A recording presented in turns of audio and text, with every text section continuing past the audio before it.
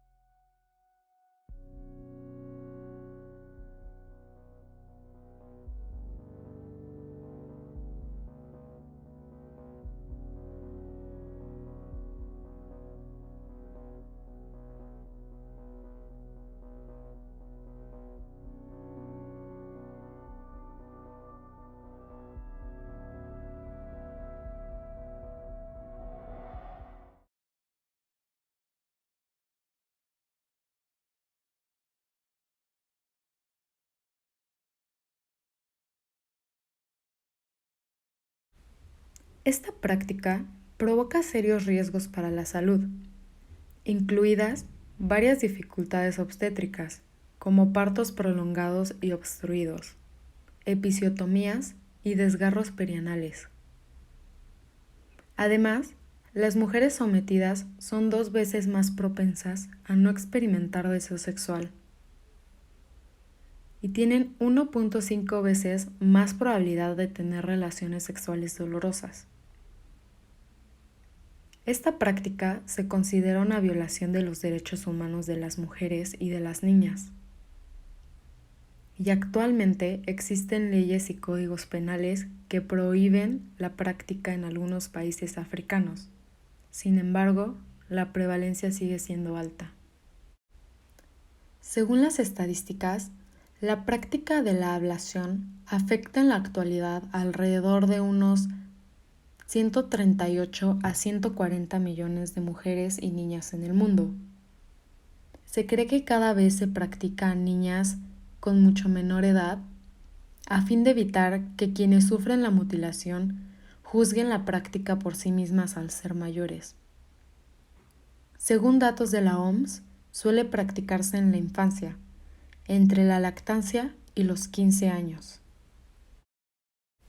En 1799, William George Brown, en su libro Travels in Africa, observó que las mujeres somalíes poseían un temperamento frío, resultado de causas naturales y artificiales, y describió que los musulmanes creen que este rito fue inventado por Sara, quien mutiló a Agar por celos, y luego Alá le ordenó que se circuncidara a ella también. Además, en Somalia se cortaban los labios de la vulva y se cosían con hilos de cuero o crin de caballo, con el fin de preservar la virginidad. Pero la costumbre es de procedencia incierta y se cree que este ritual de iniciación originalmente se practicaba en niñas de algunos países de África y Oriente Medio. Hay versiones que afirman que comenzó en el Antiguo Egipto y de ahí se extendió al resto del continente africano. Aunque se localiza sobre todo en la zona centroafricana, no se limita solo al continente, pues se observa también en países de Asia, Europa, Oceanía e incluso América. Es practicada en muchos casos como un rito de iniciación a la edad adulta. En los años más recientes, este motivo está disminuyendo debido a la prohibición de su realización en muchos países. En algunos casos se recurre a tradiciones religiosas para argumentar en su favor. Se realiza casi siempre de manera rudimentaria, a cargo de curanderas o mujeres mayores, con herramientas como cristales, cuchillos o cuchillas de afeitar, y nunca se realiza en centros sanitarios.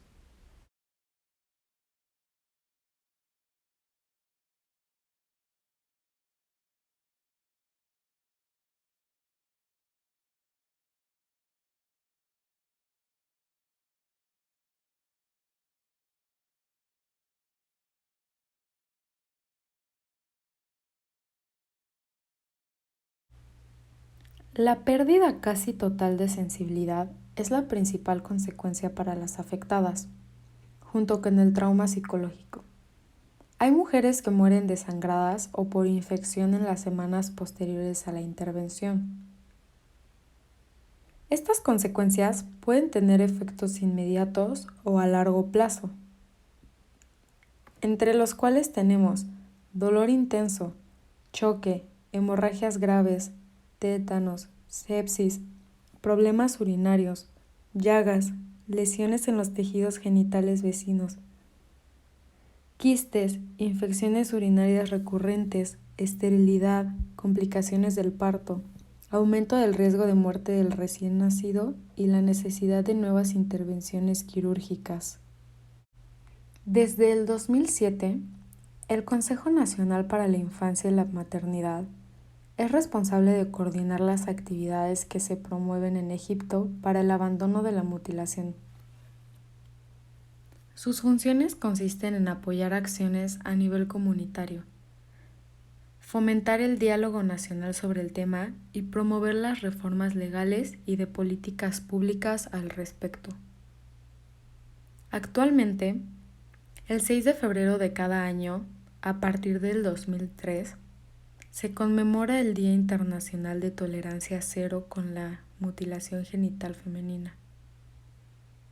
El 20 de diciembre del 2012, la Asamblea General de la ONU adoptó una resolución unánime prohibiendo la práctica, en la cual exhorta a los estados, el sistema de la ONU, a la sociedad civil y a todas las partes implicadas a seguir observando este día conmemorativo y a aprovechar la ocasión para mejorar las campañas de sensibilización y tomar medidas concretas contra la mutilación genital femenina.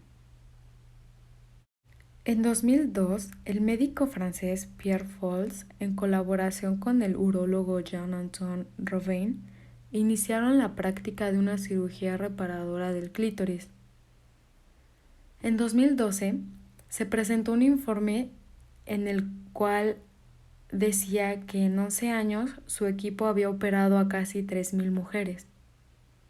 Unas 866, que corresponden al 29%, participaron en el seguimiento después de un año de someterse a la cirugía. De ellas, 821 informaron tener una mejoría, o al menos no un empeoramiento del dolor. 815 dijeron experimentar placer clitoriano y 431 aseguraron tener orgasmos. En Francia, desde el 2004, la operación está asumida por la Seguridad Social, entendiéndose no como una operación de cirugía estética, sino como una cirugía funcional. Mutilación genital masculina. Aproximadamente 1/3 de los hombres en todo el mundo están circuncidados, mayoritariamente por razones religiosas o culturales, aunque también puede haber motivos médicos. Esta práctica consiste en la amputación total o parcial del prepucio.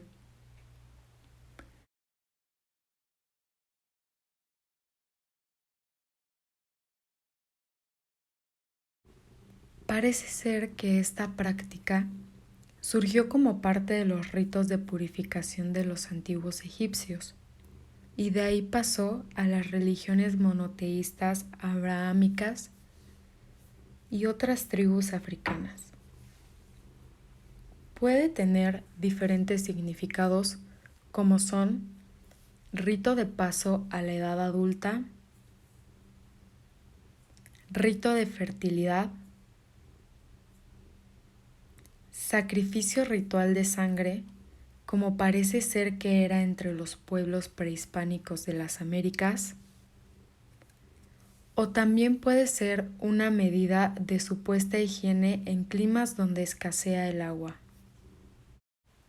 Para los judíos, la circuncisión supone un ritual parecido al bautismo cristiano, mediante el cual el hijo varón entra a formar parte de la comunidad judía al 8º día tras nacer,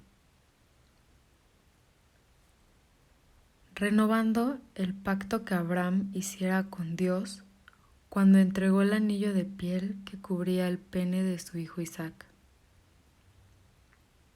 La mutilación la puede llevar a cabo cualquier varón entrenado como mogel o circuncidador, sin que requiera formación como médico cirujano plástico, urólogo o andrólogo.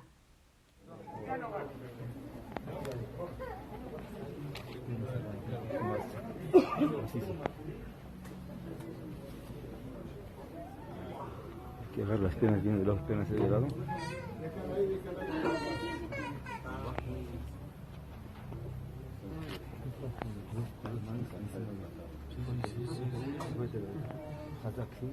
Un poco más abierto.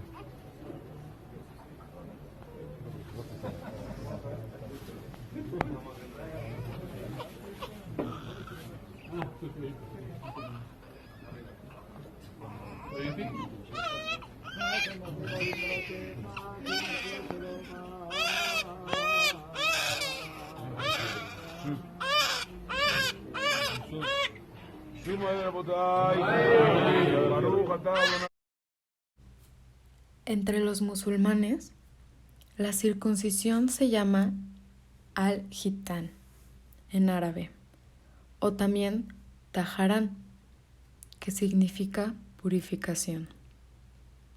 Esta es una práctica que se efectúa entre los 7 u 8 años hasta los 13 años de edad. Es un rito parecido al de la primera comunión o a la confirmación de los cristianos católicos. Esta también se realiza por personas entrenadas que no necesitan tener formación médica ni tampoco material quirúrgico apropiado.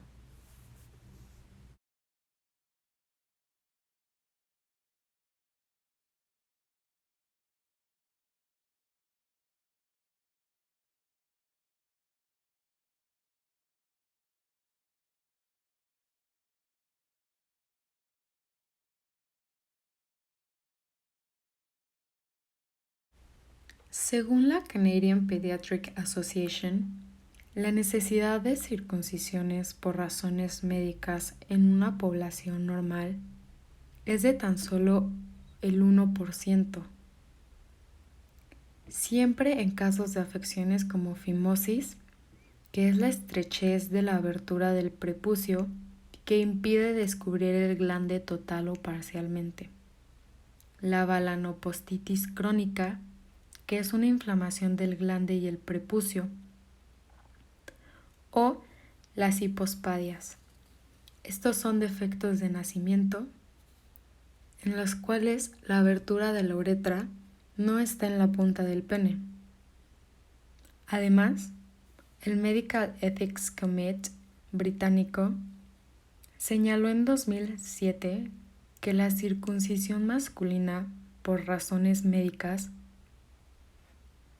debería ser usada solo cuando los procedimientos menos invasivos no son accesibles o no son efectivos. Dentro de los principales riesgos tenemos la hemorragia. Esta puede ser mortal si se complica con una hemofilia no diagnosticada. Las infecciones son más propensas teniendo en cuenta que la práctica religiosa no utiliza medidas de esterilización ni anestesia local. Puede haber pérdida de la sensibilidad.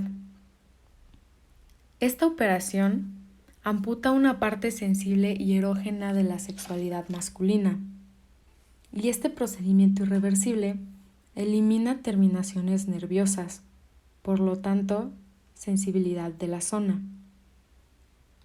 El pene sufre una queratinización del glande, lo que puede causar relaciones sexuales dolorosas, problemas de disfunción eréctil o un estrechamiento patológico de la salida de la uretra, que se presenta en un 5 a 20% de las personas circuncidadas.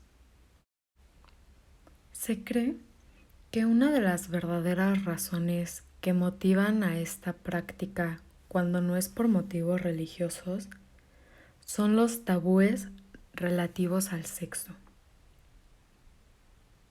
La tendencia occidental ha sufrido un revés a partir de la proliferación del puritanismo evangélico en los Estados Unidos y ha tenido una expansión por Iberoamérica y Corea. En estos países se ha visto un aumento en las amputaciones por influencia de estas. En los Estados Unidos, la circuncisión ya es rutinaria y muchas veces no se consulta a los mismos padres antes de realizarlas. Según cifras del 2012, el 75% de los adultos estadounidenses están circuncidados. Se producen más de 1 millón de estas intervenciones al año. Este procedimiento es cada vez más frecuente en Estados Unidos. Una industria que factura varios cientos millones de dólares al año solo por un procedimiento que no siempre es necesario. En junio del 2012, una corte de Alemania determinó que la circuncisión era dañina para los menores y constituía una violación de los derechos del niño. En diciembre de 2016, la Asociación Médica Danesa publicó sus recomendaciones relativas a esta práctica con una inusual claridad de conceptos. La circuncisión en los niños sanos es éticamente inaceptable cuando la persona es sometida al procedimiento sin su consentimiento informado, como es el caso de los menores.